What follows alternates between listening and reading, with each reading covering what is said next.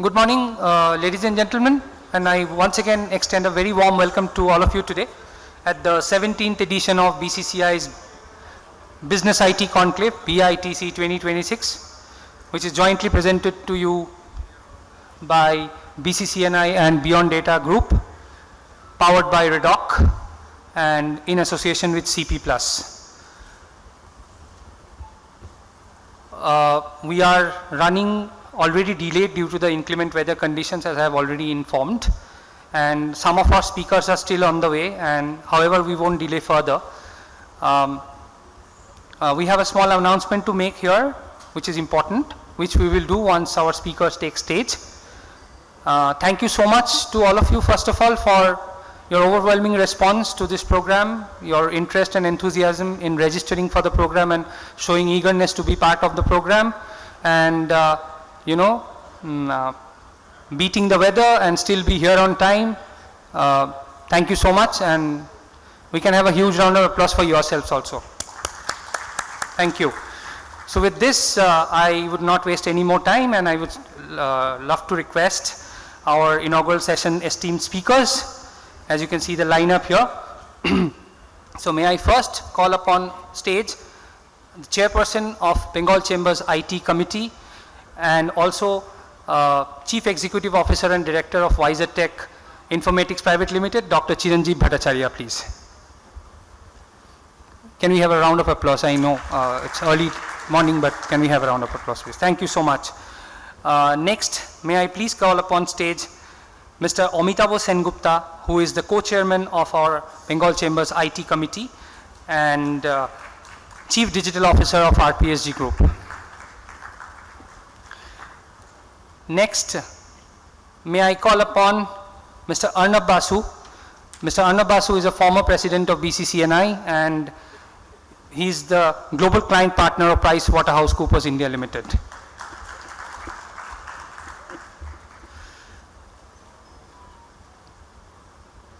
May I now call Mr. Ratan Kumar Kesh. Mr. Ratan Kumar Kesh is the Executive Director and Chief Operating Officer of Bandhan Bank Limited, and Mr. Kesh is also a Managing Committee member of BCCNI, and he is also chairing the Economic Affairs Committee of BCCNI.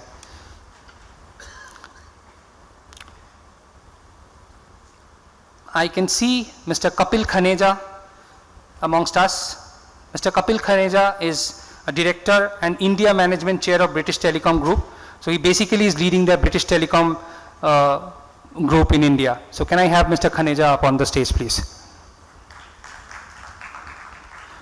Can I request my colleagues to kindly check with Mr. Khaneja where he is, because I have seen him around. So can we please call him, because his name has been announced. Am I audible outside? AV kiosk, am I audible outside? Thank you. No, am I audible outside in the lobby area?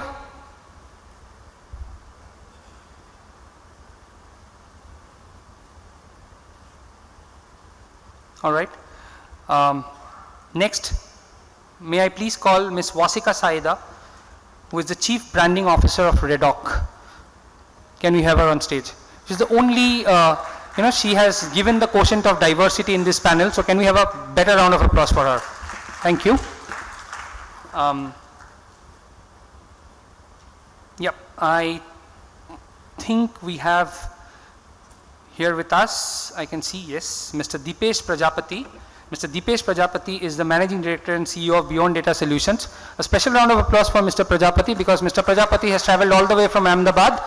They are the title partners for this program this year, and thanks to Mr. Prajapati for his eagerness and enthusiastic participation for the 17th edition of BITC. Now, may I please call upon Mr. Nilanjan Bhattacharya, who is Joint Secretary to the Department of IT, HOTI and Science and Technology, and also Private Secretary to the Honorable Minister in Charge, Dr. Kalyan Chakraborty. Can we have a good round of applause for him as well?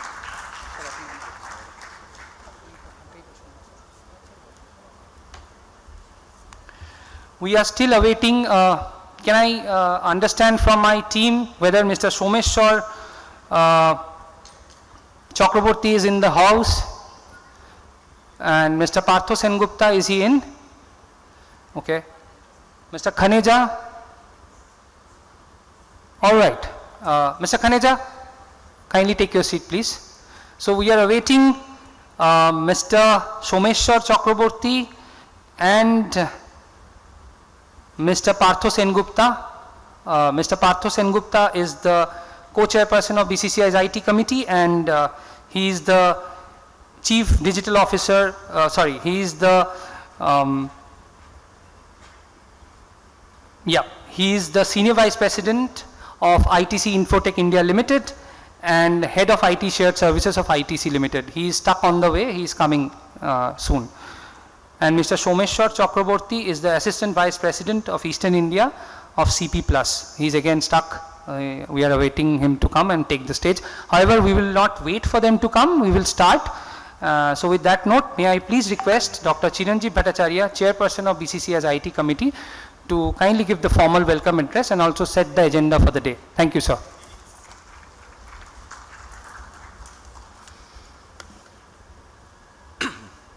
Thank you so much, Shambit. So, a very good morning to all of you.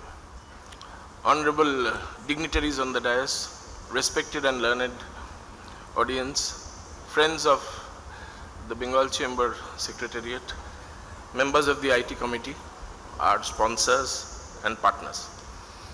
It gives us immense pleasure to welcome you to the 17th edition of BITC, Business IT Conclave of Bengal Chamber of Commerce and Industry, and our sincere gratitude to all of you for joining us here today morning. The objective of our IT committee has been to try and ensure that Bengal becomes a preferred IT destination, and for years we have been working towards that. Now, that can happen only when world-class products and services from companies of all sizes are able to position their products and services appropriately in a platform. And of course, the users as well as decision makers, influencers, academicians, consultants who actually run businesses or influence businesses get the opportunity to realize the true value of these kind of products and services. Only then tangible business outcomes can happen. And we need tangible business outcomes in the short run as well as long run to make Bengal a preferred IT destination. And that is the objective with which such platforms are created. And my sincere appreciation to the Bengal Chamber of Commerce and Industry friends and secretariat that they have actually organized this kind of a platform year after year, in which we are trying to ensure a convergence between such products and services and their users as well as decision makers. So technology no longer remains actually a support function, and today technology means business itself. And it appears that the firms or the companies who actually are expected to succeed in the near future are ones who are able to integrate intelligence, infrastructure, people and innovation into seamless ecosystems. Now, the theme of this year's conclave, as you can see, appears particularly relevant because it actually talks about beyond boundaries, talks about emerging technologies, talks about smart connected products. And it's also relevant as enterprises navigate an era shaped by artificial intelligence, automation, cloud computing, cyber security, edge technologies as well as hyperconnectivity. I have spent about 36 years in this industry and have witnessed waves of transformation multiple times, starting from the ERP growth in the early 90s, then the Y2K era, then the cloud era, then the digital era, digital analytics, cloud, and now the AI era. But what we are going through now is not merely another technology cycle. It's actually enabling people to reinvent the businesses once again. And that is something very significant. The convergence of AI, automation, cloud, edge computing, IoT, cybersecurity is breaking traditional industry barriers, breaking business silos. And enterprises that embrace connected technologies are becoming much more agile, resilient, efficient, and customer-centric. It appears that the next phase of enterprise transformation would not simply be defined by AI adoption, but how we create transformed business models utilizing AI as well as generate business value out of that. Tangible, measurable business outcomes. As we discuss the future of technology, Kolkata appears to have secured a position by which it deserves a special mention and special attention. The city has evolved significantly over the years, and today it's increasingly emerging as a vibrant technology and innovation destination. Our greatest strength lie in the strongest, one of the strongest academia that we have here. We have a huge talent pool, affordable workforce, affordable real estate, an attractive cost of living. All this makes it extremely attractive for firms and companies to expand in this part of the country. And it's increasingly emerging as an attractive destination even for global capability centers, as most of you are aware. Our focus on digital infrastructure, I mean Bengal's focus on digital infrastructure, emerging technologies, innovation-led growth, and industry collaboration provides a strong foundation for the next phase of economic development. Now, having said that, most of you are also aware that smart connected products actually have redefined competition and redefined companies. So smart connected products enabled by emerging technologies have blurred industry boundaries. So no longer the focus simply lies on the product itself, but on the ecosystem which is created by product to product communication, and of course collaboration between firms, collaboration between various industry sectors. Cybersecurity is another area which actually has attracted boardroom attention now in this connected world as enterprises become increasingly interconnected, of course through cloud, IoT, AI and digital ecosystems. Cyber resilience becomes more and more a boardroom priority. So several themes discussed, which are being discussed today at BITC, include connected intelligence, Gen AI powered enterprise transformation, cybersecurity, industrial IoT, autonomous operations, agentic AI, platform-based business models, and future-ready digital workplaces. All these are already shaping and reshaping business strategy. So as we gather here at BITC, we have a unique opportunity of shaping the business together. The technologies are available. Talent exists. The ambition and aspiration is evident. So it becomes our responsibility to connect these strengths and create sustainable growth for business, industries and society. When we talk of beyond boundaries, there are two aspects from which I see it. There may be more. One is the blurring of industry boundaries and growing beyond boundaries. And the second is actually overcoming all the perceived limitations and perceived barriers that we have about Bengal.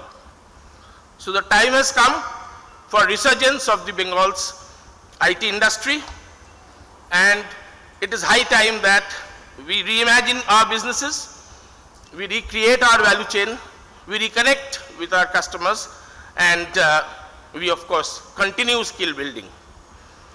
A very warm welcome once again to all of you, and thank you so much.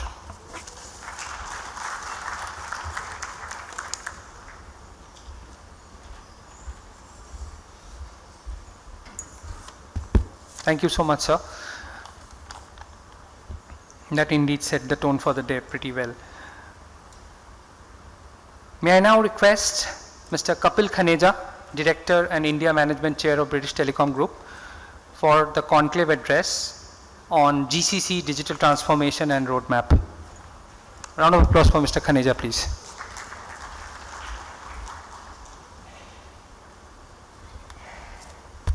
Morning, everyone. Look, it's a real pleasure to be back here in in Kolkata. I had the privilege of joining this conclave last year when we spoke about sustainability, and I was thinking at that time it's a very serious topic. And this year, we are talking about digital infrastructure, which sounds even less exciting. Unless your entire day stops when it doesn't work. And that, my friends, is the real point I want to bring to the core today. Progress does not necessarily happen by accident.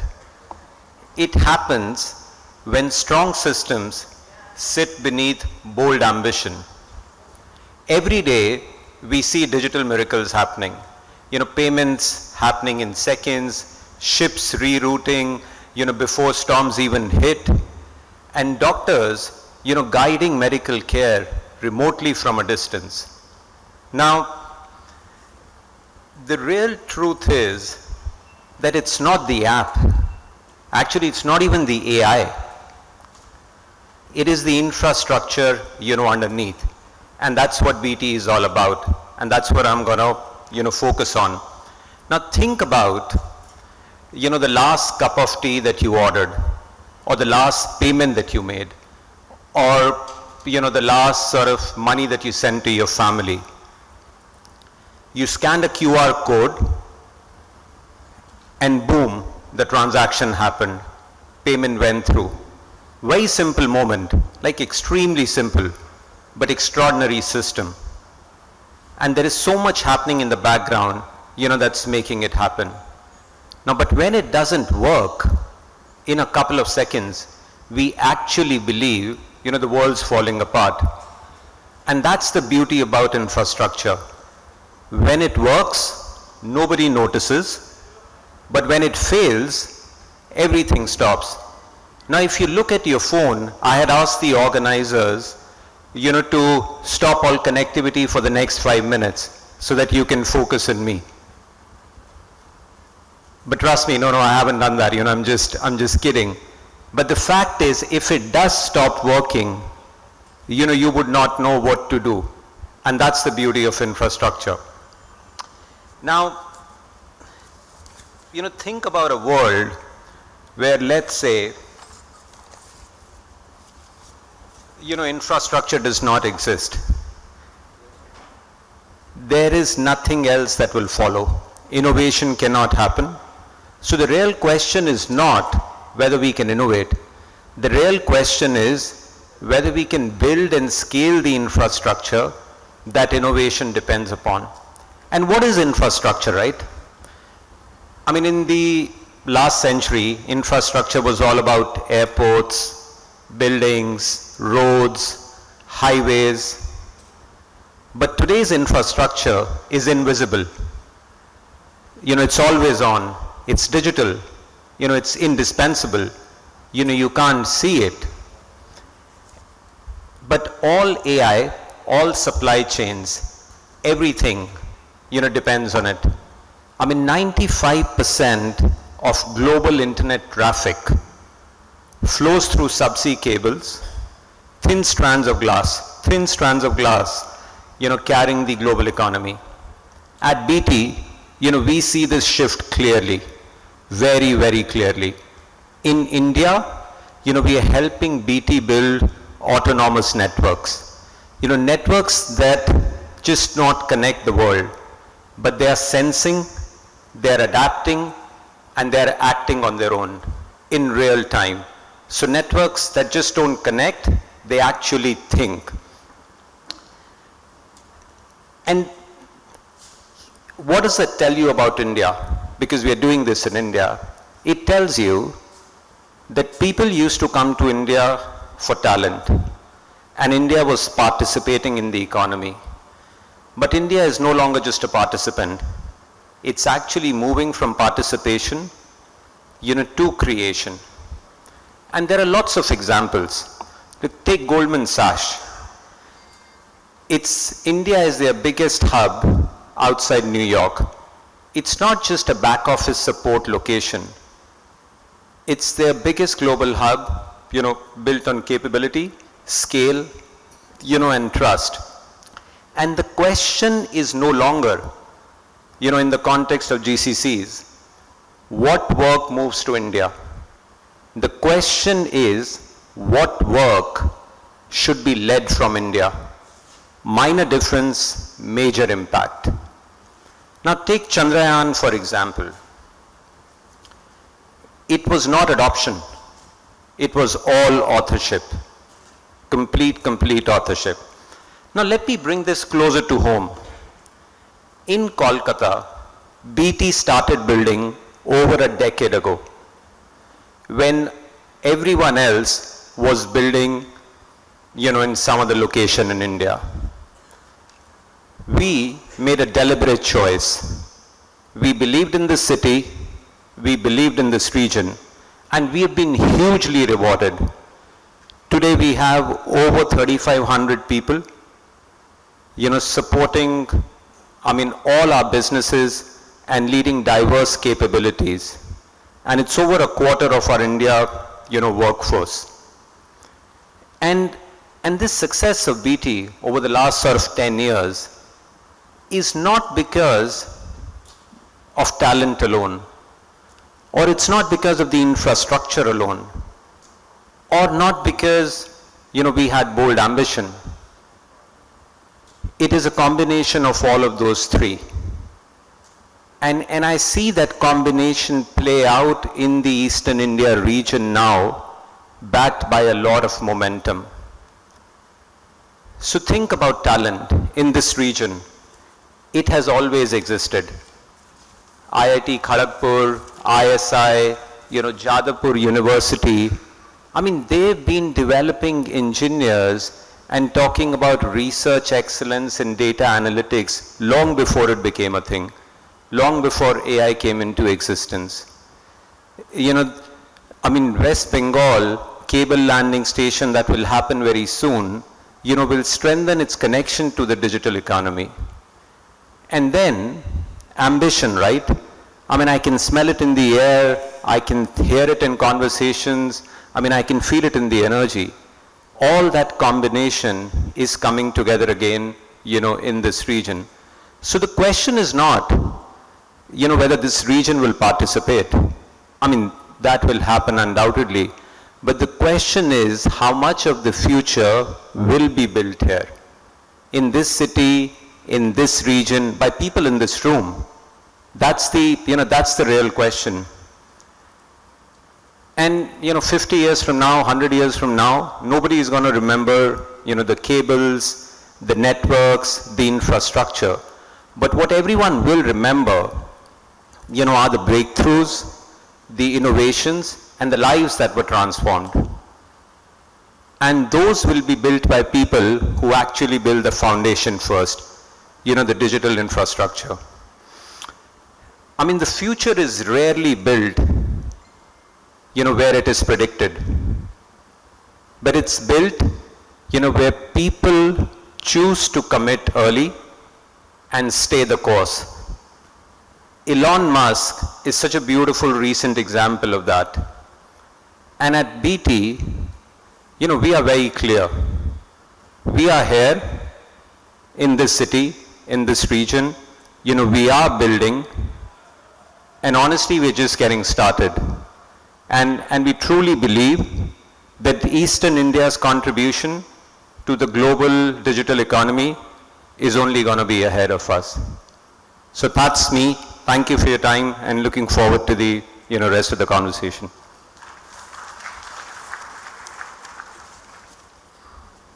Thanks.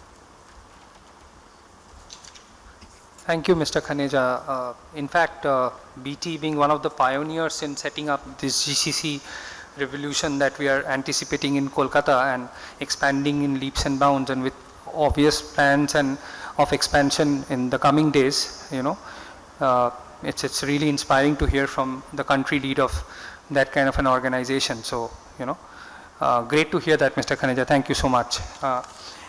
With that note, may I now please call Mr. Arnab Basu, Global Client Partner, PricewaterhouseCoopers India Limited. He's someone who can bring in the perspective of seeing this ecosystem grow in the last 25 years of his tenure at PwC. So Mr. Basu has recently completed 25 years at PwC, so huge round of congratulations to him as well. Over to you, sir.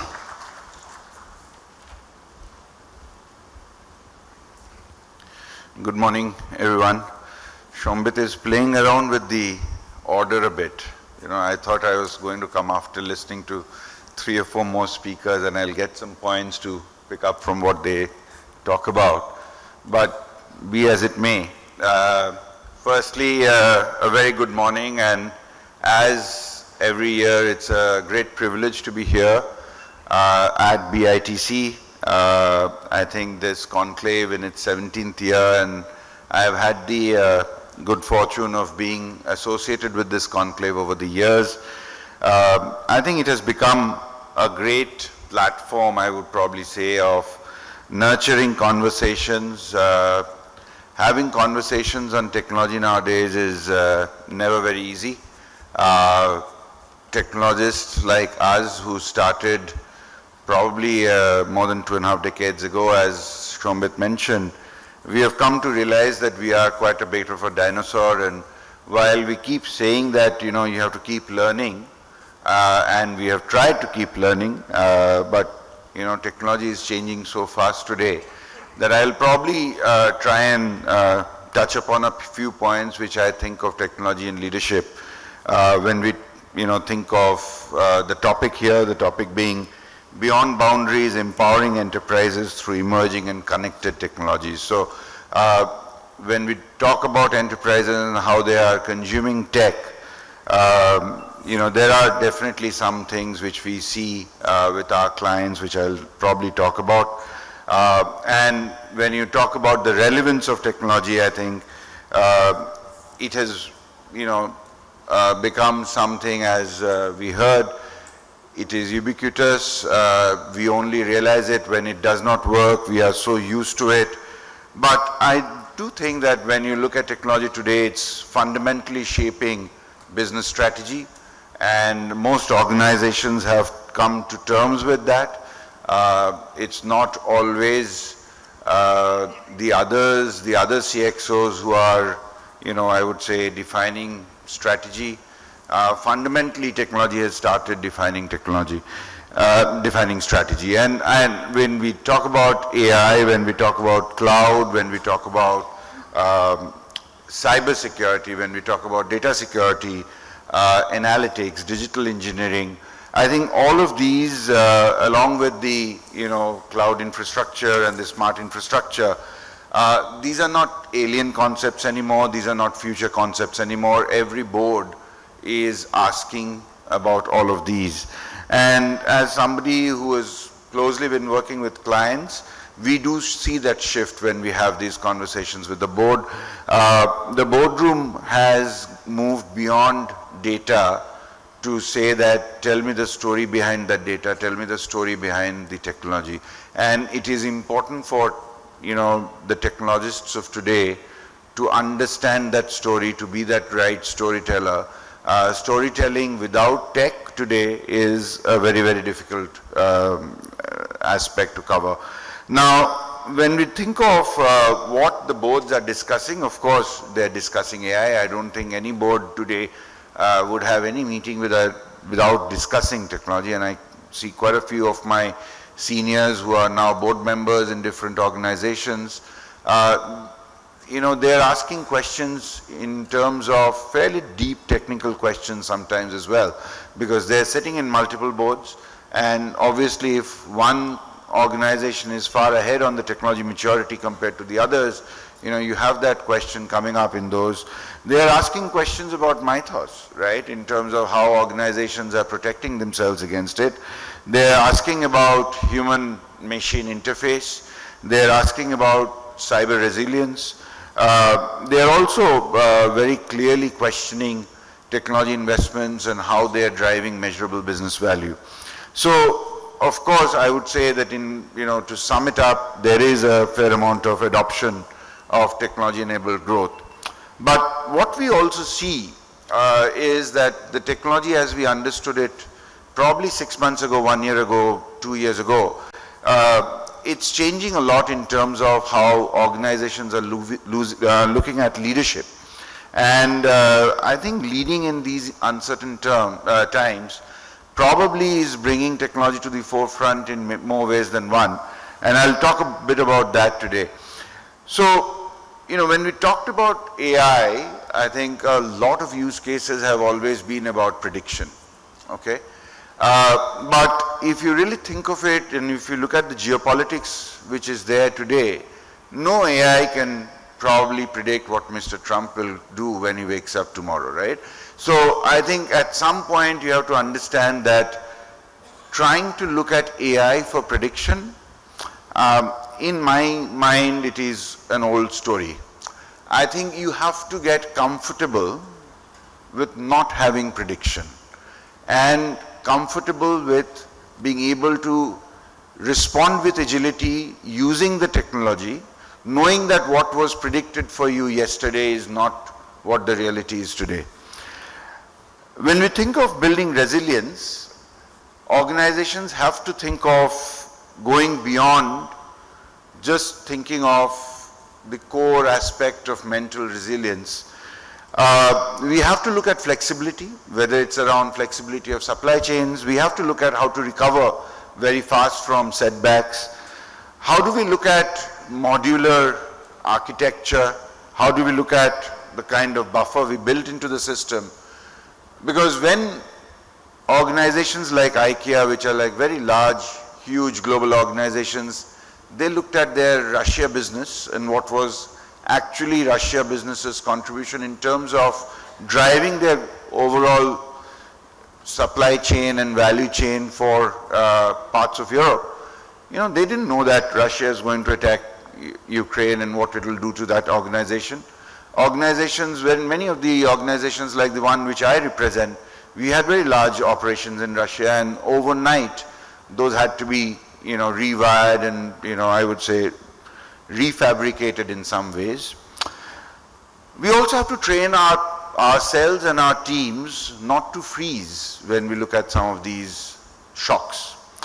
There has been an MIT study which has found out that when you look at organization responses, in spite of having the kind of technology tools that we have, 32% of organizations show paralysis when it gets that kind of a shock. And we have to understand that the predictive world is over. We have to understand that how do I look at a shock and not get paralyzed? How do I train my teams not to freeze? And when we look at delayed decision making and I would say the costs of those delayed decision making, it becomes very, very critical that we have technology which allows us to recover fast, rewire first.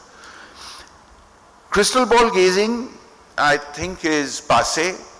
We have to think of how do we work on our change muscles and how technology investments allow us to train those change muscles better.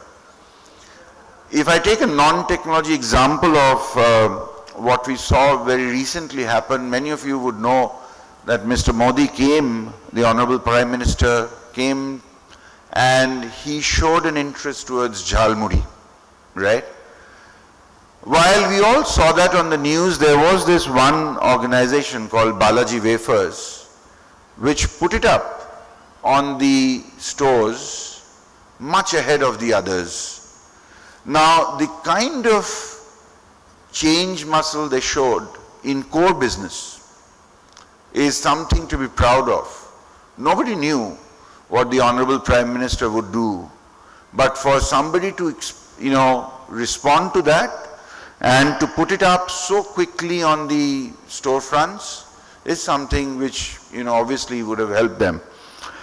So to that extent, I think, we have to expect to be uncomfortable. I think the other thing which we have to use technology for is to say something before silence starts speaking. Many of the times when we look at our organizations as well, within the organization responds too late. The organization is silent for too long, and that silence speaks. Don't let your employees second guess what you want them to think. Use technology to have those conversations. Use technology to make them understand what you're thinking. Use technology to make it more authentic. The other thing I would probably say is that technology is now allowing us to do a great deal of sense making. We have moved from a black and white to a gray world, and it is important that we don't jump to conclusions, even though some technologies would give us conclusions very quickly. We have all seen how, AI itself can hallucinate, can give us wrong results, and it is important that, our linear mind of data to trends to patterns, there's a world beyond that, and technology today allows us to think beyond trends and patterns. And I think the other thing which technology does today is allows us to quieten out some of the noise. We have to prioritize in the crisis in terms of which problems to attack first, which market to invest in, which product to focus on, which talent to hire first. Now, if you think of how some of these are moving, I would probably say that you would also see that it's a journey. And part of the journey which we have seen is in terms of how centers like Kolkata, and being from the city, it's very close to our heart, how we are training our talent to make sense out of this shift and get ready for this shift. It is not important only to have leading colleges.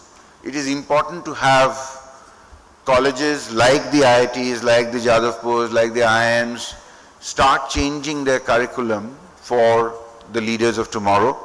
If we don't have those, we are probably, sitting on the laurels of the past, and we have to drive this focus towards knowledge and innovation and change curriculum which allows people to do that. Some organizations have started doing it. Some institutes are, still lagging behind. And at the same time, I think we need to recognize that the future will not be defined by technology alone. We keep talking about technology, but I think the real differentiator in my mind is how organizations would probably be able to build the man-machine interface. We keep talking about industrial robotics, we keep talking about healthcare, remote surgery, we keep talking about, absolutely autonomous power plants. But there are surprises in the system. If you keep track of some of the accidents which still keep happening, you would see that there's still a lot of work to be done between the man-machine interface. Machines sometimes don't know how to react when humans come very close. We still are struggling with the element of surprise for machines. There's an over-reliance on some of the algorithms. There's a fair amount of sensor errors which still creep in. And I would probably say that if you look at the human-AI interface, there's still a fair amount of discomfort which is there, which we will have to obviously identify and resolve. But having said that, technology of today gives us an extraordinary opportunity for a country, for a city, to definitely move up the value chain in terms of what we are doing for our people. And it also requires responsible implementation.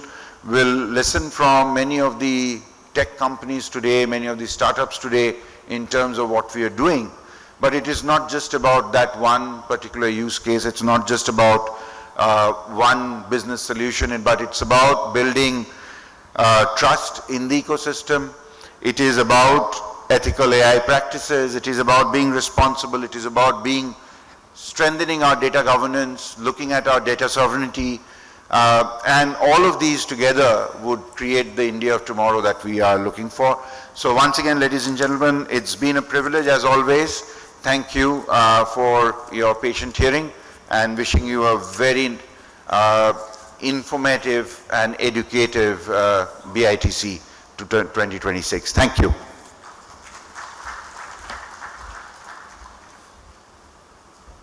Thank you so much, sir.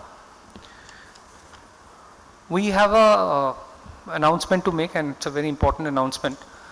So as you can see, that due to this inclement weather conditions, our Honorable MIC, who was slated to attend the conclave as chief guest, was on his way. However, he had the assembly budget session to attend also, which was scheduled at 11 a.m. So he returned midway towards assembly, and in his place we have Mr. Nilanjan Bhattacharya, who is Joint Secretary to the departments that the Minister handles, which is IT and Electronics, Science and Technology and HOTI. And Mr. Bhattacharya is also PS to the Honorable Minister. So Mr. Bhattacharya will speak on his behalf today and share his address. However, we have made a request to the Honorable Minister that if he can manage some time after his assembly session is over, if he can kindly be present today in this conclave, to which he is contemplating and he is trying. So that's the announcement from our end. So may I please call Mr. Nilanjan Bhattacharya for his address, sir.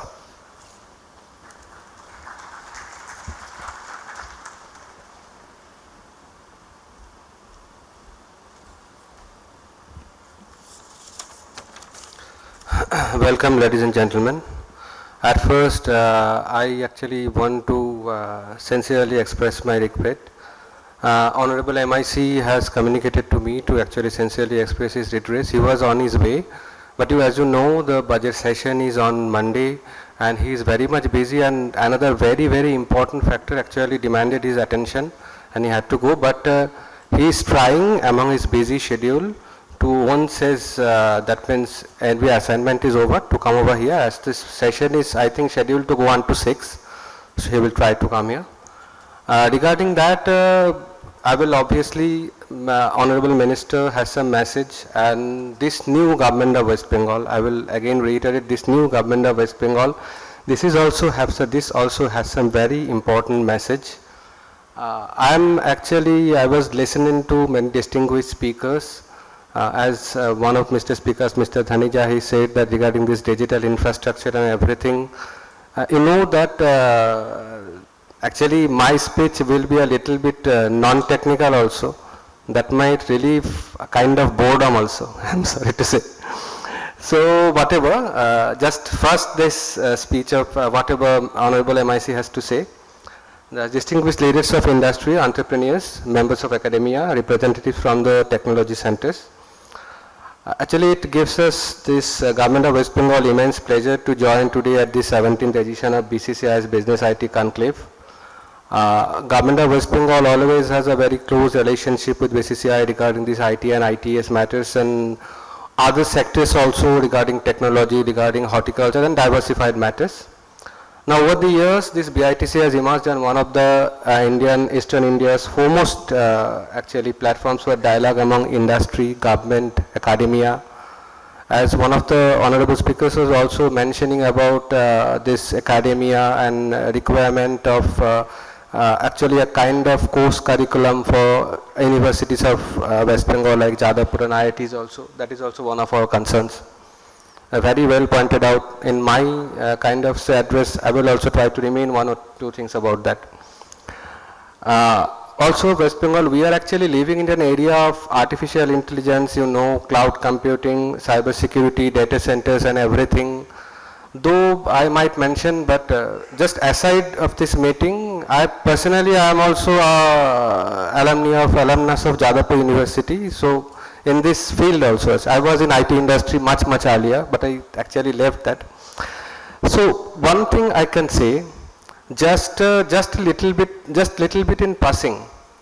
Whenever we actually in very early lessons of chemistry, we used to learn about first the chemical equations about ideal gases and then about the real gases, which were tough, which was very, what can I say, very much transient. And in my course of engineering also, in our last year we were learnt about real-time system and ideal system. Real-time system, government you can say is a kind of real-time system. So entirely that means all encompassing troubleshooting does not mean maybe built in the system. AI might be the panacea of everything, but that last line gap is yet to be achieved. We, along with this, this forum and entrepreneurs and academia, we will try to reach out that. So India's digital economy continues to grow at an unprecedented pace. You will be very much fascinated to know that as per one study of Economic Survey of India, India is actually very much within a very short period is expected to reach nearly 300 billion US dollar revenue. And as you can perceive also, this state, West Bengal, in this sector and industry as a whole, the entire potential of West Bengal is, I think, awaits to be harnessed. Entire potential awaits to be harnessed. Entire potential might not be harnessed. It awaits to be harnessed. And this new government, this government is striving to do that. Very earnestly striving to do that.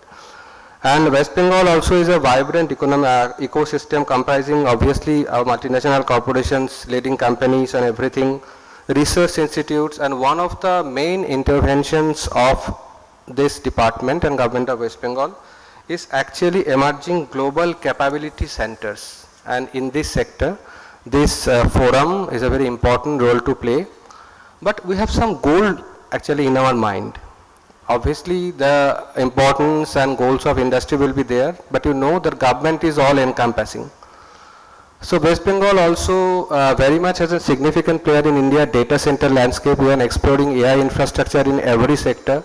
GPU-based computing capabilities also to support enterprise and researchers and everything. But the greatest strategic advantage obviously remains our people. At the end of the day, our people, they are the greatest strategic advantage. Also, West Bengal is committed very much to produce one of India's largest pool of engineers, technology professionals, researchers and management graduates. As we are on also, that means already we are on the way to, as one of the dignitaries said, that we are already on the way to actually reshaping the syllabus and criteria and everything of all the technical, that means there were syllabus of say Jadavpur University, even in IITs we have a discussion with them so that they make them more reality driven. Also, our priorities will include accelerating digital infrastructure, promoting investment in AI and electronics, and also semiconductor related opportunities. As you know that this West Bengal, there is a semiconductor hub also. There is that means a technology hub that has been constructed, and here we are actually trying to reach in this semiconductor hub, we are trying to reach to NVIDIA. So we are trying to so that we can generate a kind of very much business partnership with them, so that in this hardware sector, the West Bengal energy sector in the hardware sector was yet untapped. So we are trying to actually reach out to them. Also, as we are emerging technologies, as we are embracing them, we must also ensure that innovation this remains responsible, secure and inclusive. Cyber security, which is a very important aspects of our department and government of West Bengal, totally digital systems and responsible will be AI, obviously will be the critical pillars of sustainable growth. But from government, as I have earlier said, it is all encompassing. That government actually encompasses all entire fields or entire frames of the society.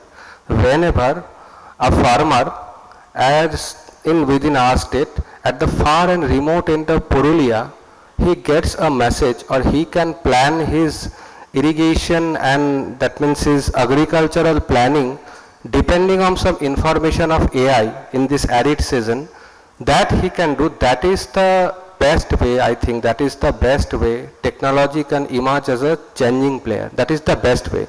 So in doing that, government and industry obviously can play a bridge in between them. So we would like to know, we actually like to want this, we are in the plan of building this global capability centers, which is already in the roadmap in many fold, that means many fold in a larger way, but we have a goal in mind that they should encourage human resource driven and capacity building and enhancing sectors.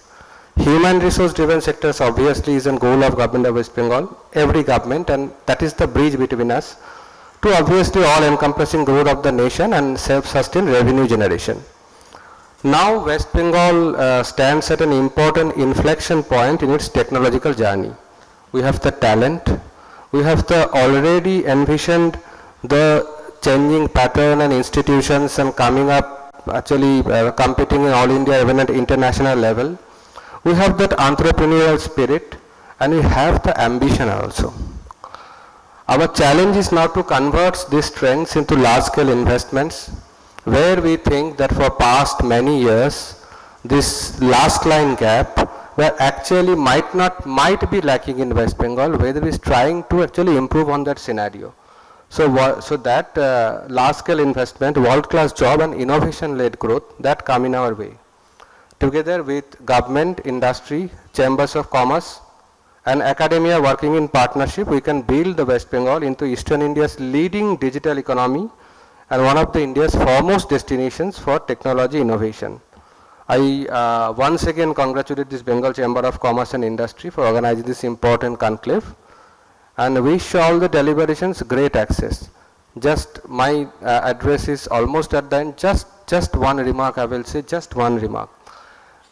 The other day, I am actually a member of Association of Mathematics Teachers of India. I am a member of AMTI. So the other day, I was trying to do one very non-standard problem with AI. I was just trying to do. And you will not believe, this AI actually responded this non-standard problem in a very standard way and ultimately the result was not correct. So that is that part, that non-standard part where this human driven growth today also and also in coming years, that one of the dignitary speakers was saying about this digital infrastructures, that is important. That is the way I think all of us present together should have to go hand in hand together. Thank you.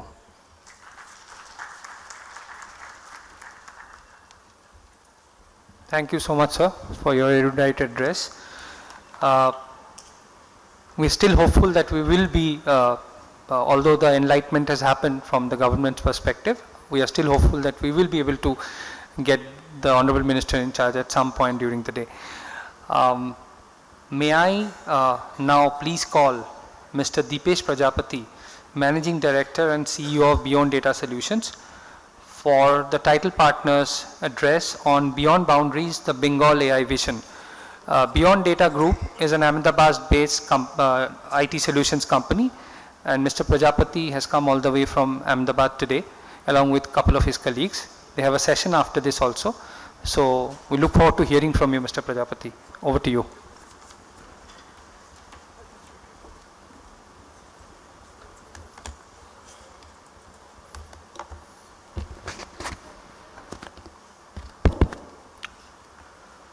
Respected Nilanjan Bhattacharya sir, fellow dignitaries, leaders of industry, distinguished delegates, and members of Bengal Chamber of Commerce. Good morning. Good morning from Gujarat. Like my fellow colleagues already mentioned, they talk about what Bengal has to offer. I would like to first take you little bit into back into history, and I would like to showcase how we see Bengal as the important part of the country. So more than 130 years ago, a young monk from Bengal stood before the world in Chicago and began with words, "My dear sisters and brothers of America." The audience rose to its feet in applause. It wasn't technology or power, it was an idea that is India, that is Bharat, has something important to contribute to the world. Let us remember who you are. This is the land of India's Renaissance, of Tagore and Vivekanand. This is where Jagdish Chandra Bose demonstrated wireless communication before the world had a name for it. And where Satyendranath Bose rewrote physics, lending his name to the bosons the universe is built upon.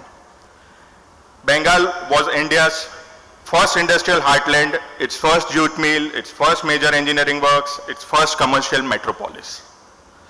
It is a privilege to stand before you on the same land as a title sponsor of 17th Business IT Conclave for BCC and I.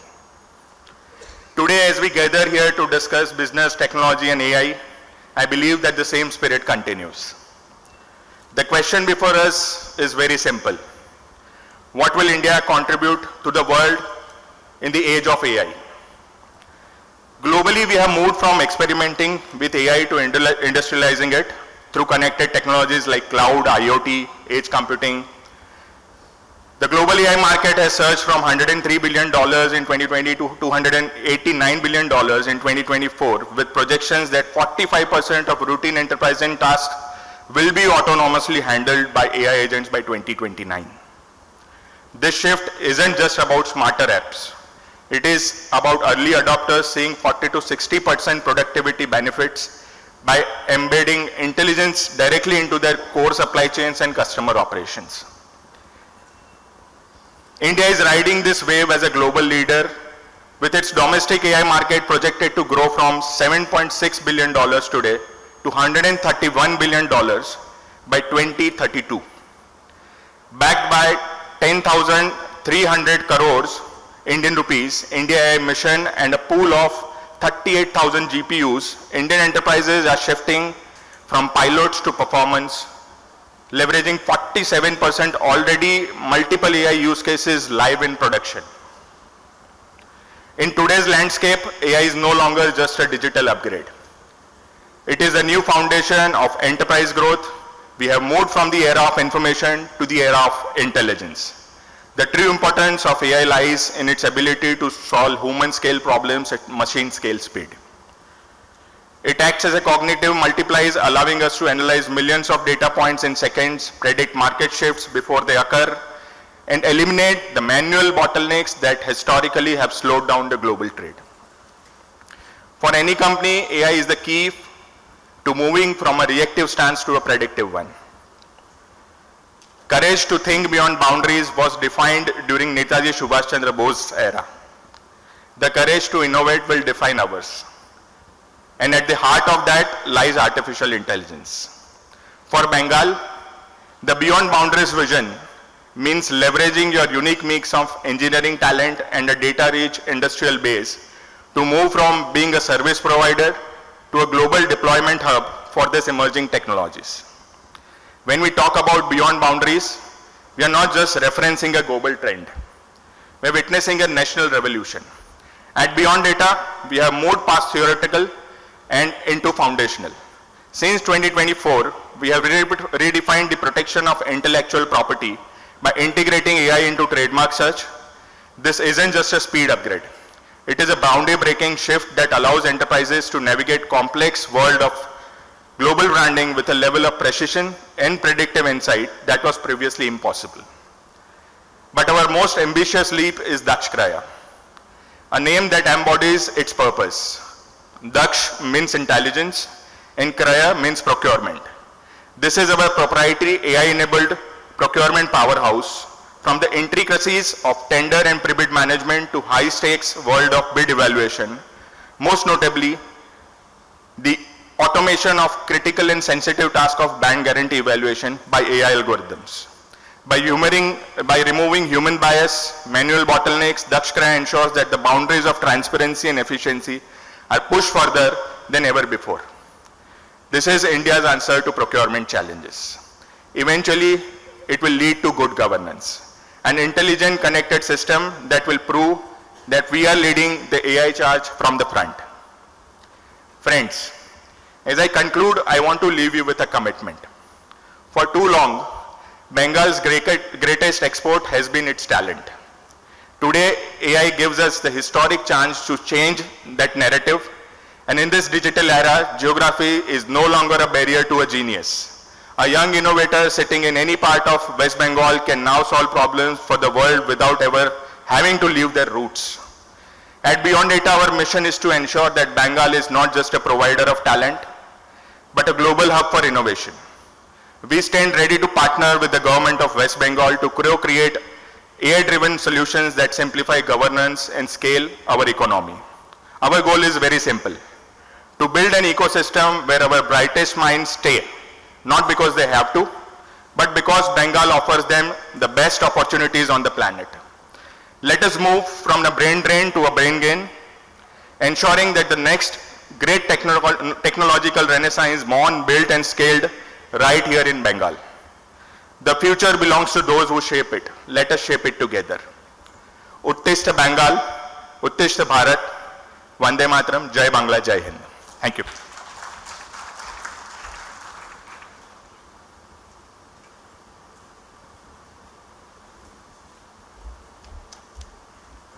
Thank you, Mr. Prajapati. Coming from someone who is not a son of the soil and so much passion and so much integrated into the Bengal culture, Bengal's, sacred sons and whatnot.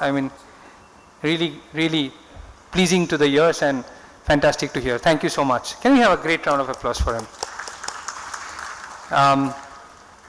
We are actually running pretty bad in terms of time and running behind schedule. So I'll quickly call upon Ms. Wasika Saida, Chief Branding Officer of Redoc, for the Powered by Partners address. Wasika, I know you will have something to say to me backstage, but please keep in time.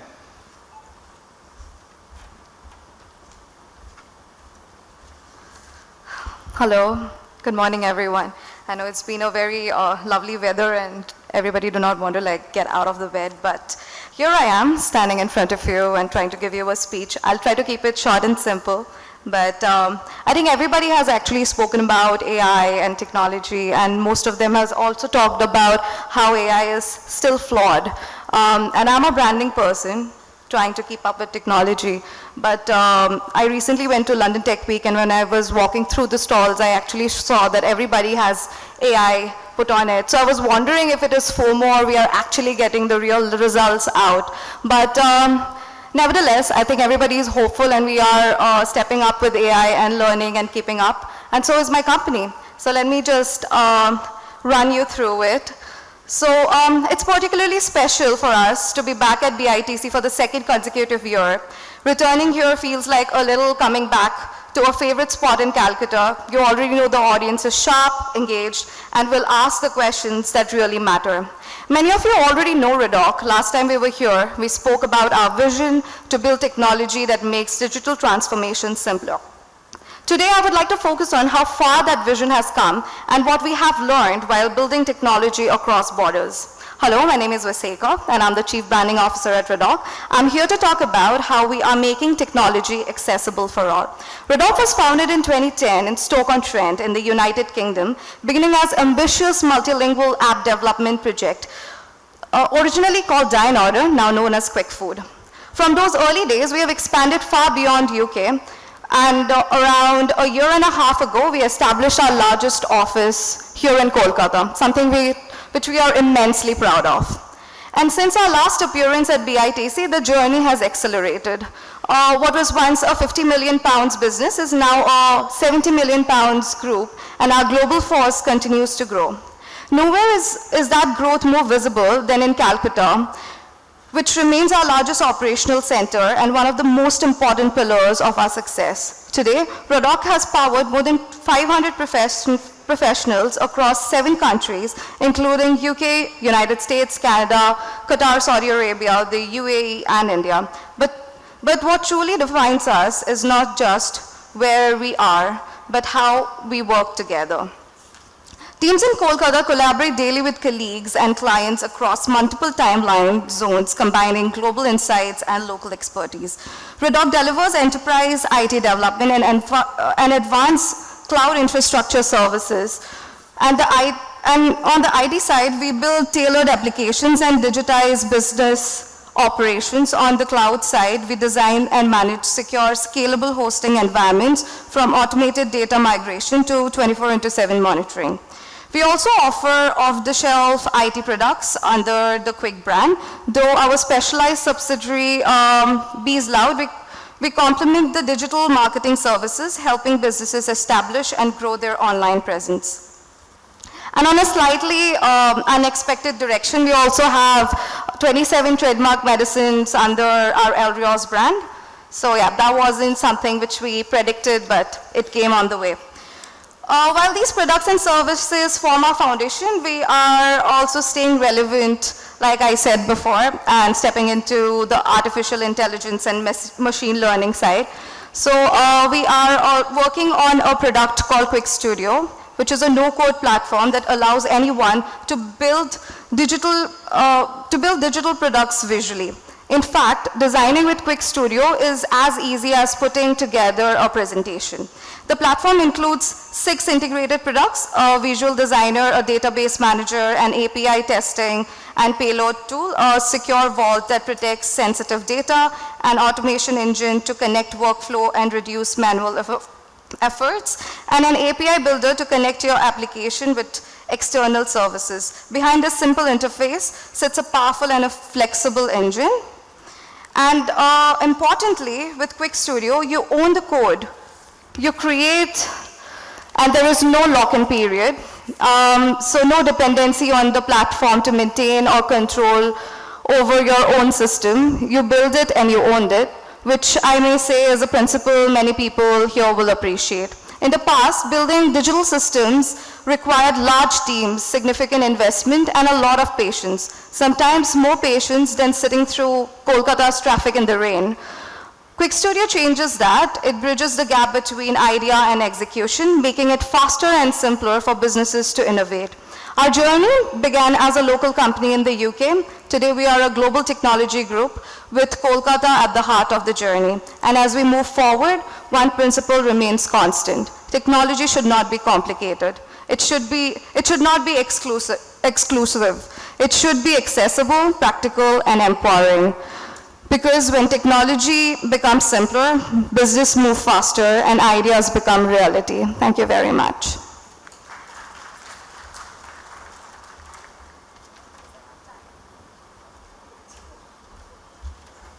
Really glad that you, kind of had my message in mind, and you're pretty much in time. Thank you so much. Let me move on quickly. Can I have Mr. Shomesha Chakraborty, Assistant Vice President, Eastern India of CP Plus, for the In Association with Partners address on building trusted technology for a digital India. I place the same request to you, Mr. Chakraborty. Kindly keep in time. We'll do that. Don't worry. No, not required. It's not required. Good morning, everyone. So before I start, I really would like to appreciate that line Saida said that technology should not be complicated. It should be accessible to everyone. It's a nice line. Yeah. So it's a moment of extreme pleasure to have this opportunity today to stand before such a distinguished set of audience, and I would like to thank BITC for providing such wonderful opportunity. So we Aditya Infotech Limited, more popularly known as CP Plus, which is our flagship brand, which was launched around 17 years ago. So today, most of you might know CP Plus has become India's leading surveillance brand with most extensive CCTV and the security products portfolio in the entire industry. So about CP Plus, my colleague in the later half of the day, he will share you more insights. So today here I stand to discuss a few points on how this industry is transforming, how surveillance industry has been transforming for past 5-7 years. So this industry in last 5-7 years has witnessed paradigm shift from analog to IP surveillance. Today, if you see, more than 80-90% installations and deployments are all IP based. Customers are no longer today buying cameras. They are investing more on complete digital surveillance ecosystems. This shift actually has opened up opportunity for AI, edge-based computing, and integrated command centers. Surveillance, if you see today, is evolving into now operational intelligence. Earlier cameras were installed mostly for post-event investigations. Today, organizations and businesses expect surveillance systems to improve safety, compliance, operations, and business outcomes. So, video today has become a source of action-level intelligence. So, at the heart of it, AI is driving AI, and I will say generative AI is driving the next growth wave. AI is today transforming surveillance from reactive monitoring to proactive decision making. Applications such as perimeter protection, crowd analytics, PPE detection, incident management are seeing rapid adoption across industry. The conversation today is, if you see, shifting from security to business intelligence. So that's a shift. One shift is from analog system to IP, that is one. Another shift is from reactive security to proactive decision making, then to the next level of business intelligence.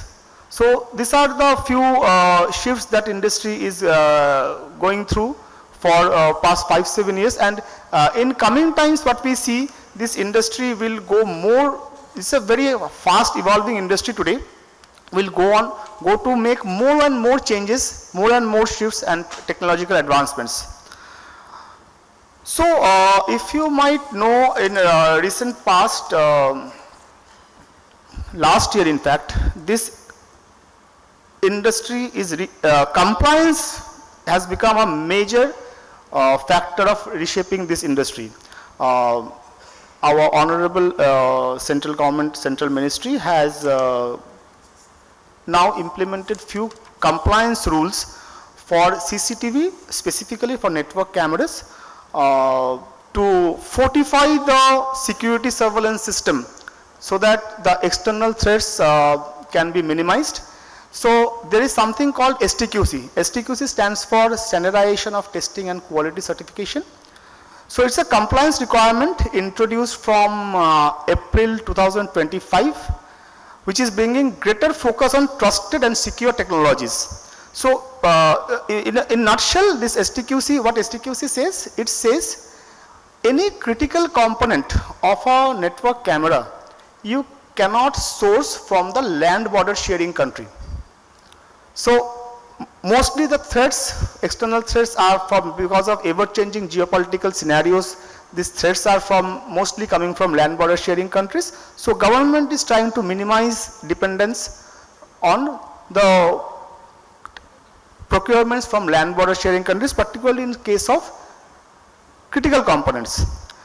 Today customers are increasingly evaluating cyber security, compliance and supply chain reliability. Now see, we have to understand, when we are trying to eradicate a supply chain of land border sharing country, it's practical that we are leaving aside a big manufacturing hub also. So this is bound to get some backlash, have to push back also in terms of supply chain.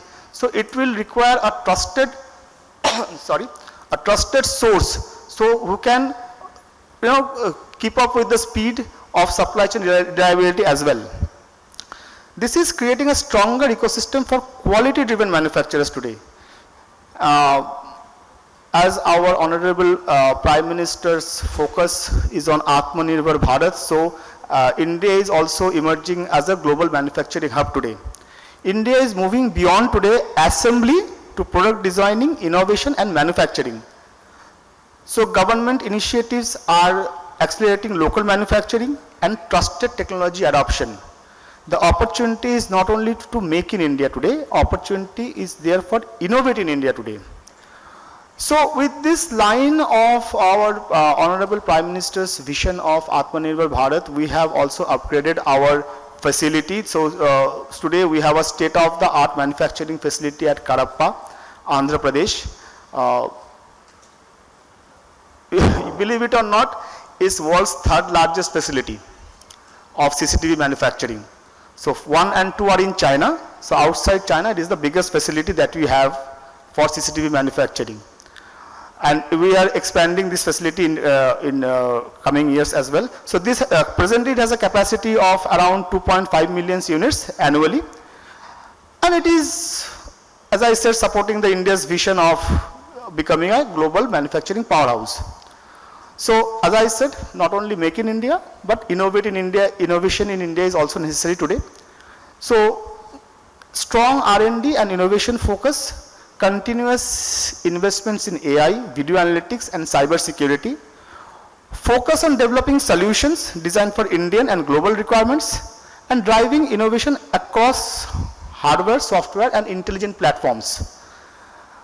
Now, today we offer a complete security ecosystem. Unlike many companies, we have to offer AI cameras, NVR storage, VMS analytics, video analytics, access control, and there are cameras that we manufacture to for specialized solutions. We are also providing solution into command control platforms, specialized surveillance solutions backed by explosion-proof cameras, body-worn cameras. These are not regular cameras that we see. Solar surveillance cameras, critical infrastructure monitoring, smart city deployments. Now all this what I am talking today will require a lot of investments from an Indian company. So we proudly announce that CP Plus is a brand which is today trusted by most of our customers, one of the most recognized surveillance brand with extensive pan-India service and sales support. And to fund this all these initiatives, we decided last year we had one way to go. So it becomes the only surveillance company to get listed in NSE last year, 6th of August, if I remember. So with overwhelming response. So it actually brings about lot of strong governance and transparency in the company, more public market confidence, long-term commitment to customers and partners.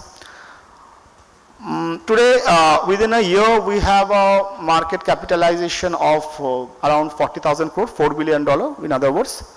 Financial strength that we have generated are helping us to invest in innovation, manufacturing and future technologies. Calcutta has always remained very close to CP Plus business. So if you happen to know, most of the critical installations in Calcutta have been through CP Plus for past 7-8 years through various law enforcement bodies, whether it is Calcutta Police, West Bengal Police, even in Newtown Smart City. So these are extensive network of CP Plus cameras. So we have more to go for Calcutta. So it's just a beginning for us. So it gives us an immense potential here, since it has a lot of international borders. So, and it's a very sensitive areas, and definitely we will have more and more installation base coming up and more to offer to Calcutta. So thank you for this opportunity again. Have a good day. Thank you, Mr. Chakraborty. May I please quickly call upon Mr. Partho Sengupta. Mr. Sengupta is the co-chairperson of our IT committee, and he is the Senior Vice President of ITC Infotech India Limited and Head of IT Shared Services of ITC Limited. Sir. Good morning, everybody. So it's a quick start, and I just wanted to welcome all of you. It's a privilege and pleasure for me to welcome all of you on the 17th editions of our Business IT Conclave 2026. And, just quickly start that, that what we were seeing is that traditional boundaries of market, geographies, domains, industries, technologies are diminishing. That's what we are as an industry. When we speak to our peers and all, we see this, everything is diminishing. But what is getting included is that, the emerging technology we used to know, artificial intelligence to IoT to cybersecurity, everything, automations and all, which was treated few days back also as an emerging technology. Now, this is not an emerging concept. This is an integral part of the modern enterprise, and they are real. And that is how the technologies are being built today. That is where we are, and we have been talking about technology is no longer a support function which used to be there. Now it is not. So, but we spoke about it, last year, even year before that and all. But there is a major shift which is happening, what we can see today, that, last 3 decades, India, we stood at the center of global outsourcing hub. India has remained India had a great outsourcing story. Work moved from global headquarters to us, to our technology centers in Bangalore, Pune, Kolkata, Hyderabad, every location. But what has started happening over here is that, that we did that job very well. We become the world's most trusted technology workforce. We are the best. We are the best over here. And now a new story is beginning. What is the story? The next outsourcing wave, what we see is that may not simply move people or work from one country to another country. What has happened, it may move human teams to a digital worker. That's it is. Human team to digital worker. So AI agents and digital worker also includes AI agents and automated workforce. That's the challenge what we have as a country. The question before us that whether we can provide more technology talent or not. The real question is whether we can create, govern, scale the trusted digital platform and operating models the world will depend on us. That's what we are looking at. If the last outsourcing story was about people, the next story will be about platforms. We must aspire not only to power those platforms, whatever is available. We want to aspire to build it for the country and consume it at the country. So this is where the theme of beyond boundaries, whatever is coming, and this is how we are trying to move beyond that. If you see in the industry and all, there are a lot of AI pilots are happening. There are chatbots are happening. People are trying to create, the machine learning algorithms, AI algorithm, report generations are becoming easy and all. People are also talking about it, that we did this, we did A, B, C, D, whatever is available. But the first gap of AI ambition is that we are aiming too low. Our aspiration is low. It should move up in the value chain. It should talk about real AI value lies in the core of the enterprise. If you can talk about supply chain, finance, marketing, all those functions need to get transformed through AI, so that the new models can evolve. People can see real business value and outcome out of those new models. So let's get into the deep. There is a second trap. This is the first trap was we were aiming too low for us. The second trap is aiming high but expecting that the journey will be very easy. We are saying that we will do everything. You have got a new technology. Business expects that AI understand every process. The technology expects that if you connect to technology, it will immediately connect. The data guy expects that I have got a very clean data, will connect and all data will start giving an output. And leadership team who expect from us that pilot, you have shown us the data, when it will go live. These are the questions which are framing across the industry. The reality, when the reality arrives, we see the data is incomplete, processes are undocumented, expectations are in people's memory that I want this has to be like this. System do not always connect. Each of the system will talk sometime, it will fail sometime. And user may not trust an AI output, and vendor may deliver complexity instead of we are looking for a simplicity. That's the ecosystem we are trying to live with. And with this, people see, yeah, AIs are failing. It's not failing.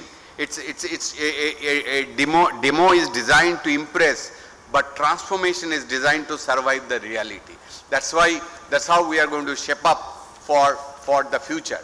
What people are trying to tell is that, but expect less, but you cannot have your ambition less.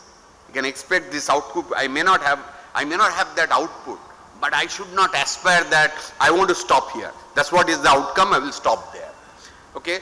So what I wanted to tell is that India's opportunity should not be limited to consuming the global platforms. We should aim an opportunity to build a trusted, governed, secured, reliable AI infrastructure and digital platform for the world. We should not be digital adoption is high. That's a backdated statement for today. Digital innovation should be high. How do you digitally innovate for the future? That will be very high. At this backdrop of this Bengal Chamber of Commerce and Industries, we talk about our place where we are born, grew up and all, we stay here and all, and Bengal Chamber is here. West Bengal is very close to our heart. And there are really great talents which are available over here. Lot of academic institution. Everybody will speak that we have got academia, we have got people, talented pipeline, pools. The channelization of that is something which is extremely important for us. If this gets channelized and this get consumed well into the making of the new Atmanirbhar Digital India, so then this is where we are going to excel heavily for us. Now in this juncture, what we did as a chamber, we came up we prepared a comprehensive thought paper titled Reimagining West Bengal as an Eastern India's premier digital economy, innovation and technology powerhouse. So I am very happy to share that.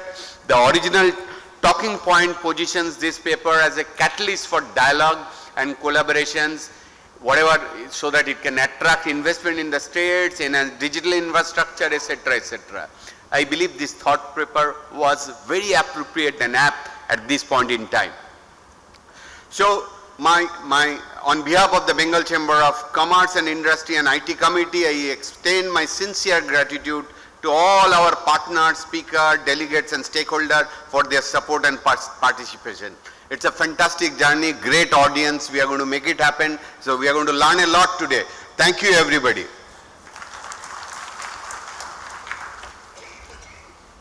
Thanks a lot, sir. Really indebted for your leadership and the support that all three of you have extended for stitching this conclave together this year. May I quickly call upon Mr. Ratan Kumar Kesh, Executive Director and Chief Operating Officer of Bandhan Bank Limited, for a special address. Before he starts, we do not have a break after this, so kindly do not leave the hall. We will straight away start with the next session. Thank you. Thank you, Sambit. Very good morning to all of you. Dr. Bhattacharya, Mr. Arnab Basu, the dignitaries of the dais, friends from the industry, technology companies, academicians, professionals, ladies and gentlemen. I am privileged to be here. I represent Bandhan Bank. I know today is an interesting day for Bengalis, and I of course lived almost 27 years outside Bengal and came back to the state a few years back to take this assignment. But I always miss this whole Bengal monsoon ambience, and in this weather it's all about jhalmuri with pakoda and garam garam chai. That's my man ki baat. You know, interestingly, all of these have been popularized, dignified by none other than the Prime Minister of the country. And I think if you are having that feeling today, please know that you have endorsement from the highest authority of the country. And on that note, the fact that you have overcome all of these weather challenges, etc., and made it to this hall, I think you deserve a big round of applause. Thank you for coming over. Lot has been spoken already. I am the last speaker in this panel. Dr. Bhattacharya spoke about how Bengal Chamber and the IT committee is trying to shape and work in collaboration to drive innovation using technology as an enabler to deliver growth for Bengal. Mr. Basu spoke about AI. There were talks about infrastructure, there are talks about branding and a whole bunch of things. I really have nothing much to speak. Let me just make quick couple of comments. The topic is about beyond boundaries, empowering enterprises through emerging and connected technologies. Boundaries at some point have been closely related to the world geography, but I think today, because of technology, some of these boundaries are fast disappearing. But I don't think the transformation has to happen only through technology, because it is far more societal, far more organizational these days. Take for example banking as an example. I mean, we are pretty much a technology company. Nothing in the bank that happens, whether it is compliance governance, whether it is customer experience, whether it is delivering business products for customers like you, it does not happen without technology. And I think more and more each company, whether it is manufacturing services or any sector, is actually becoming a technology company. So to that extent, I think it is really breaking the boundaries in a far more expedited and more organized manner. The second point, I think a lot of conversation have happened about these whole layers that we speak on AI as a subject, whether it is starting with the energy, then the infrastructure, the application layer, models. So I think there are the chips, all of those layers are talking about the cloud computing. The truth is that technology should not be seen as an isolated solution. It should help in building an ecosystem within which companies, government and consumers can get the benefit. And let me take a very simple example of what I mean. I don't think banks will need to necessarily exist beyond a point, maybe 10, 15 years down the line. Banking has to get embedded into the ecosystem of the people. Somebody a farmer in Bardhaman district would probably need the right guidance as to what is the right harvest, what's the right quality of seed, what's the best time to produce which product, what is the best price that he or she can get for the produce, and then he or she may need a tractor loan, the banking comes embedded. So banking has to get embedded into this ecosystem of the farmer and not go and sell a banking product or not go and sell a credit card product. I think that's going to be the connected ecosystem, which is going to be very, very important. I think a lot has been spoken about AI per se. I don't want to bore you with AI, but I think I must say that some of the friends who are sitting at the dais, they're actually helping banks like ours to use AI in a big way. And AI is not only helping us to improve productivity, AI is actually helping us to deliver superior experience, the fraud containment, improve governance, and also improve the efficiency and the business generation capability of our colleagues. We are running a whole bunch of use cases around the space. I think somebody spoke about the fact that rather than having digital usage, we need to have digital innovation.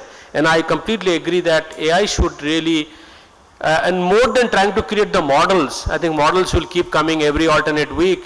I think more than that, I think we should be seeing as to how to really innovate using the models, how to really make it more valuable for consumers.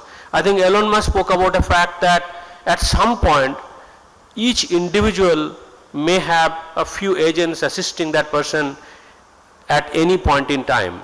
Now my vision about, let's say, banking is that I've got 75,000 people. Each of these people are actually wanting to either sell or service customer in their own way. They don't understand all the languages that people in this country speak. They don't have the knowledge of all the products of banking. They don't know all the governance and the regulatory compliance norms. They don't understand all the technology. Can this individual of 75,000, can each of them be assisted by a bunch of agents, or maybe at least one or two agents who would then say, as much you know is great, whatever you don't know, I will fulfill that particular and complement that. And that's the vision that I'm looking at. See, if I've got all of these customer, all of this relationship manager going and sitting in front of you and wanting to understand your requirements, I may probably understand the DMAT solutions better, but I don't understand credit card. Can an agent on the go help me and get that credit card product requirement fulfilled, or a housing loan fulfilled, or even a re-KYC done, or a nomination done? I think that's how I think we should look at it. I think some of the companies are actually helping us to get to that. You know, while we talk about that, two distinct points I would really necessarily underline. One clearly is this whole trust as a subject. You know, you will probably be surprised, or maybe some of you may be knowing, that in the year 2025, India witnessed 24 lakh cyber frauds with values more than 22,000 crores. Now, how many companies in India has got a turnover of 22,000 crores? Look at the size of the industry that the fraudsters are running. And therefore, they have enough and more money to invest, and they are always ahead of the people who are trying to protect like us in a banking environment. And this is clearly a very serious problem that we have. As much we are trying to create transaction monitoring capability and all kinds of algorithm that we are running, it requires a lot of support from people in the community, government, police, and everyone else to come together and prevent and protect consumers' confidence. And if we do not do that, people will lose respect in technology. I think people will go back, and I have heard from some of the very senior people who are extremely knowledgeable, educated. They are saying, I really don't want to do any more mobile banking, digital banking. I'm comfortable with cash. And these are some of the people who are extremely well educated. I think that's something I would say it's an important element for all of us to work together. Second, in a country like ours, we will still have a section of population who are not so digital savvy. How do you really take these non-digi or not so digi savvy customers or the people, we don't leave them behind? How technology can enable, and all of us in each of the segments, each of the industries that we run, or each of the industries that you operate in, how do you really take them along? Otherwise, the whole journey, the prosperity and the sustainability will not be fulfilled. I think that's the second point that I would like to make. And the third, which is my pet conversation that I always keep saying, that, you know, financial inclusion already has been taken care of with Jan Dhan, UPI and all of that. How do you really take this financial inclusion to empowerment? And we always keep giving examples of Bandhan Bank, wherein we have got 1.3 crore customers in our emerging enterprise business, which is microfinance part of the business, which is a significant part of our banking that we do. These 1.3 customers are 1.3 crore customers, all of them are women, all of them are entrepreneurs. They do something wherein they generate income, not just for their own livelihood, but for people around. They employ 2 to 25, and some of them even employ 300, 400 people. Now, these people would have started with 8,000, 10,000 rupee loan few years back, and today they are generating income sizable enough for their livelihood. The children are studying, going to the schools and colleges, and these are extremely heartwarming stories that we actually see, and that's how we transform lives. So to me, it's not about inclusion. How do you really take that credit call? How all of us can come together and empower people so that they come forward and contribute in their own livelihood and also contribute for the society is something that I would see will be extremely delighted to work with. And I think the representation from the ministry spoke a lot about how Bengal is thinking. Obviously, there are a bunch of initiatives have already been undertaken, a lot of euphoria. We from our side, and I from on behalf of BCCI as well as on my personal capacity, will be delighted to work and see how we can contribute and make Bengal a better place, and a truly not just a talent provider, but also create an economy, create an ecosystem wherein Bengal is seen to be technologically highly welcoming place, and we contribute for the country and take this country ahead from Bengal. Last but not the least, let us truly move beyond boundaries, embrace new possibilities, and work together to build a future that is more connected, more inclusive, and more impactful. Thank you, and my best wishes to BCC and the BITC for this conference. Wish you all the best. Thank you. Thank you so much, sir. Amitabh sir, I know will, have a word or two to tell me after this, but probably the most difficult task to do, to sum up the session and also set up the context for moving forward for the day. So can I request Mr. Amitabh Sengupta, co-chairperson of our IT committee and Chief Digital Officer of our PSG Group, to do the needful, please. Thank you, Sambit.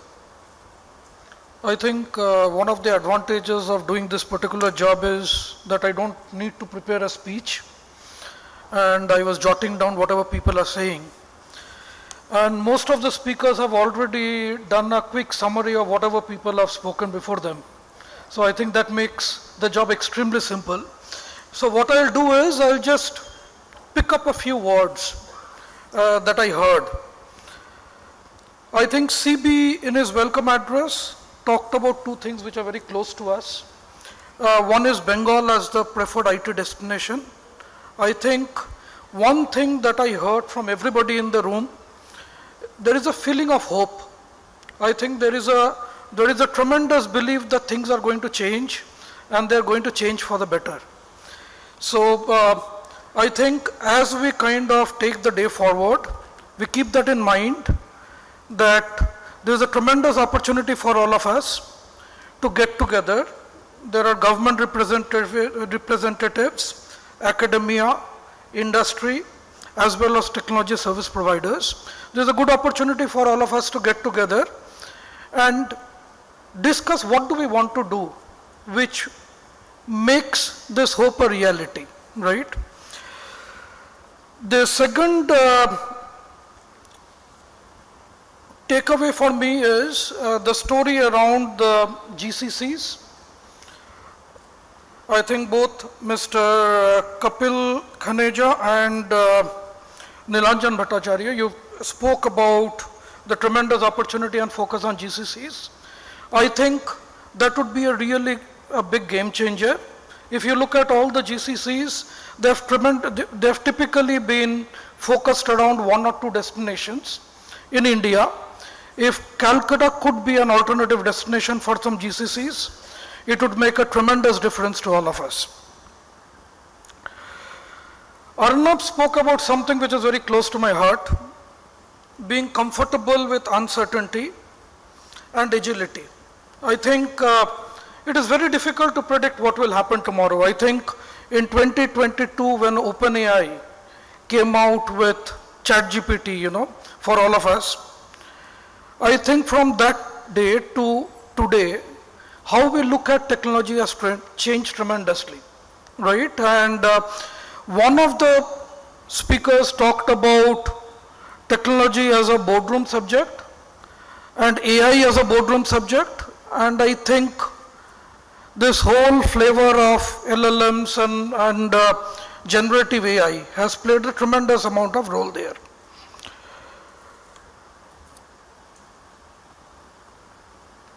I think the other theme that I wanted to touch upon a little bit, which a number of speakers have talked about, is technology which is accessible to all. I think Saida spoke about it, and I think Mr. Kesh also spoke about it. So technology as a tool which is accessible to all, not only a privileged section of the society, but something which is democratized and available to all. I think given all these inputs, I think the theme of this conference is extremely relevant. There are three things, right? One is breaking down boundaries. The second is driving business outcomes. And the third is using and leveraging emerging and connected technologies. I think the people in this room have the capability to make a difference to India and to Bengal in the coming years. And I welcome all of you to take part in the discussions today. And all of us will be there through the day. I'm looking forward to interacting with all of you. Thank you very much. And welcome once again.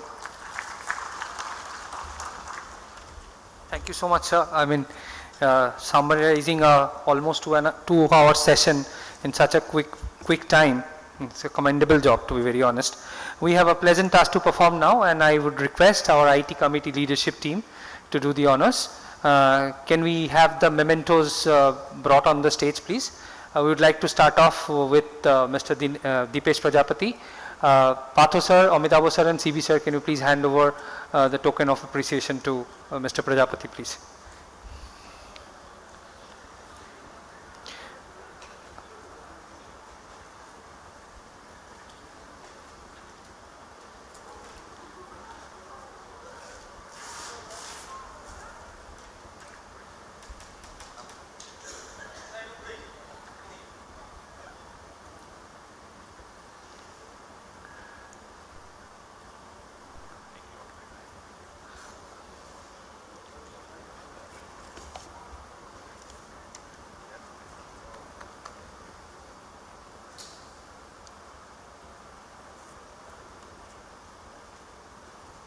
All right, next we have Mr. Kapil Khaneja.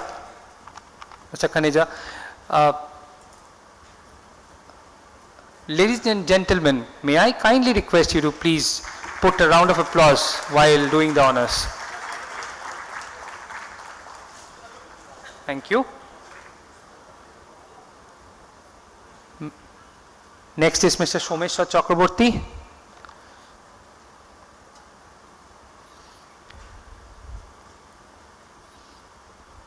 Thank you.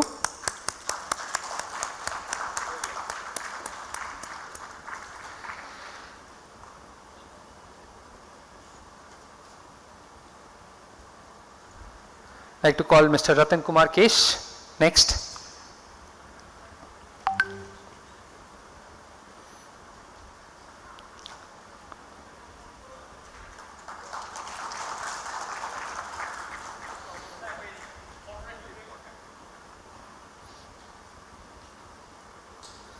Ms. Saida Wasika next.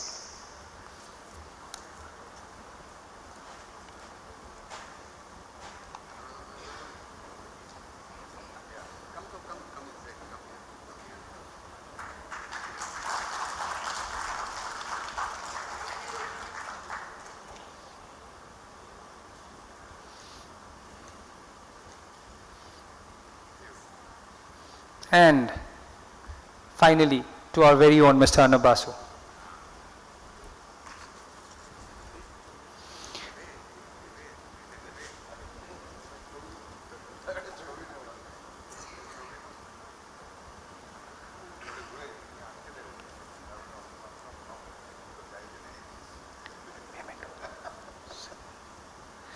Okay, can I request the inaugural session panelists to kindly have a group photograph together? Yeah? Yeah, one for the memories. All right, as they create this beautiful moment of memory to cherish for years to come, this concludes the inaugural session of the 17th edition of Business IT Conclave presented by BCCNI and Beyond Data Group, powered by Redoc and in association with CP+. Once again, a huge round of applause to all of you because of braving this inclement weather and still being here. We are really, really thankful to all of you. We hope to have your presence and participation throughout the day.